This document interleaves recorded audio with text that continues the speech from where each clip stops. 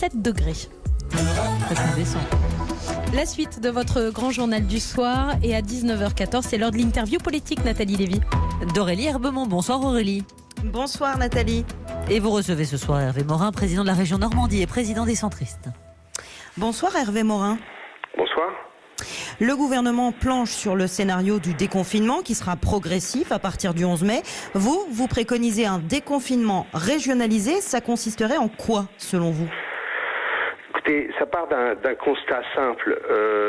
La circulation du virus n'a pas été la même d'une région à l'autre et j'allais dire même d'un département à l'autre dans une même région bien souvent. Vous avez des départements, je regardais les chiffres des agences régionales de santé, où vous avez, prenons le Tarn-et-Garonne pour s'éloigner de la Normandie, où vous avez 8 personnes pour 100 000 habitants qui sont hospitalisées pour raison de Covid. Et donc vous avez la Charente, département de Normandie, bref l'ouest de la France pour l'essentiel. Et vous avez malheureusement des régions et des départements qui ont été beaucoup plus touchés. Et donc mon idée, à partir du moment où on sait qu'on va être obligé de vivre avec le virus pendant des mois et des mois, sinon pendant des années, puisque pour l'instant peu d'entre nous ont été confrontés au virus, il faut faire en sorte qu'autant que possible on puisse libérer des secteurs économiques qui sont pour l'instant complètement interdits d'activité, dès lors que, en clair, la pandémie n'a pas été importante. Je prends un exemple simple. Est-ce qu'on doit traiter de la même façon un grand restaurant faisant plusieurs centaines ou milliers de couverts sur les Champs-Élysées et un petit bar-restaurant de Normandie dans un département où le coronavirus a peu frappé? Et donc ce que je défends, c'est l'idée d'avoir des principes généraux, des règles générales au niveau national en matière sanitaire, l'espacement des tables, le nombre de personnes au mètre carré, et dans le cadre de ces règles, favoriser la reprise d'activité, parce que je ne sais pas si on s'en rend bien compte, mais on est en train d'assister à un effondrement économique absolument gigantesque, et donc il faut redonner un peu d'espoir et permettre à ceux qui peuvent bosser de bosser. Alors justement, l'exécutif compte s'appuyer beaucoup sur le couple préfet-élus locaux et ainsi déconcentrer le déconfinement, c'est-à-dire avoir ce que vous dites un peu finalement, une doctrine nationale et des adaptations en fonction des situations locales. Ça va dans le bon sens du coup selon vous? Écoutez, j'ai cru comprendre qu'il y avait une évolution de l'exécutif sur le sujet compte tenu de conversations que j'ai pu avoir. Le président de la République l'avait écarté il y a une dizaine de jours. Je crois comprendre que désormais ce sont des hypothèses qui sont sur la table. Je pourrais pas le dire, pour les écoles, la question, ou les collèges ou les lycées, la question est aussi la même.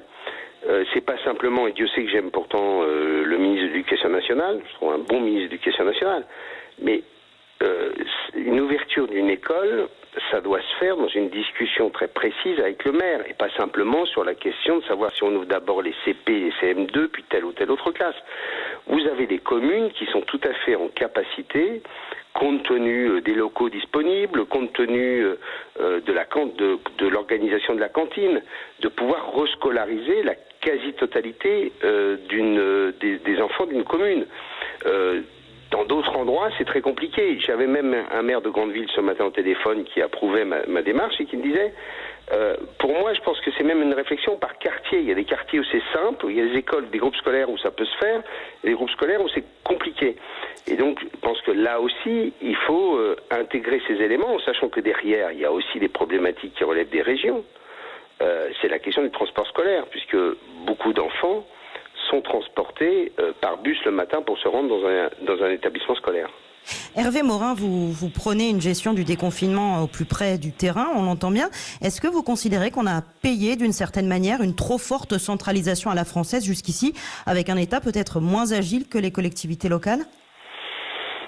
On a au moins démontré que sur un certain nombre de sujets, on était en capacité de réagir rapidement. À partir du moment où l'État nous a donné l'autorisation d'acheter des masques, pour prendre ce seul exemple, on a eu l'autorisation le vendredi. Je prends mon cas, le dimanche, j'ai pu commander 2 millions de masques pour le personnel de santé et 750 000 masques FFP2.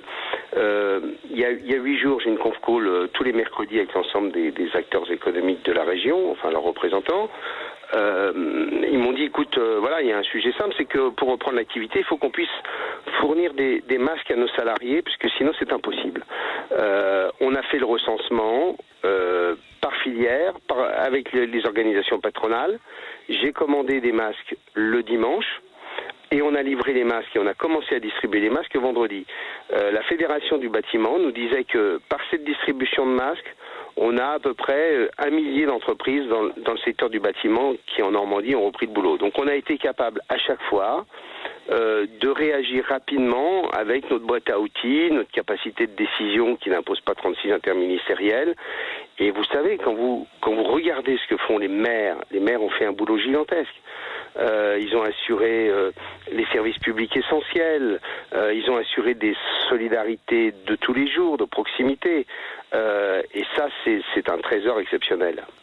Hervé Morin, vous le disiez, on va sans doute devoir cohabiter avec ce virus pendant des mois. Est-ce que vous considérez qu'à partir du 11 mai, il faudrait réguler, limiter les déplacements des Français entre les différentes régions? C'est une des pistes envisagées par le gouvernement pour limiter au maximum la circulation du virus? Écoutez, sur la question du transport, on a une réunion avec le Premier ministre demain. La question du transport interrégional est une question qui doit être notamment liée, à mon sens, à celle de la régionalisation ou non du déconfinement.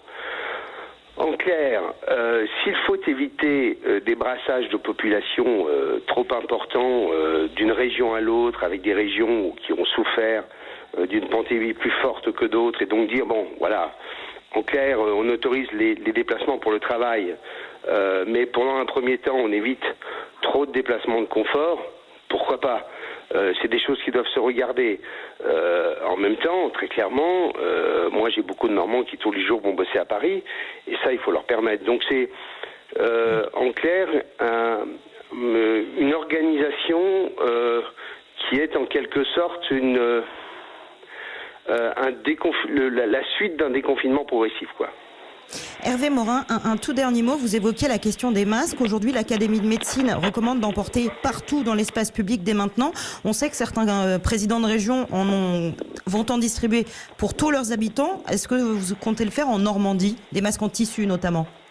Écoutez, j'ai commencé à commander des masques en tissu pour l'instant pour les milieux économiques. Et ensuite, j'ai proposé aux maires, parce que les maires des grandes villes, en quelque sorte, peuvent s'organiser sans trop de difficultés. Ils ont leur réseau, leurs moyens. Quand vous êtes maire d'une petite commune, c'est plus compliqué. Et comme nous, on a déjà passé des commandes en Chine et qu'on a des entreprises qui sont organisées pour produire du masque tissu, j'ai proposé à tous les maires de la région qui le souhaitaient de faire des commandes pour eux. Donc on a globalement, je crois, 600 ou 700 communes qui nous ont dit « Ok, nous, ça nous intéresse ». Et donc on est en train de l'organiser. En clair, on fait des commandes pour eux et puis après ils viendront chercher leur masque. Merci beaucoup Hervé Morin d'avoir été mon invité ce soir.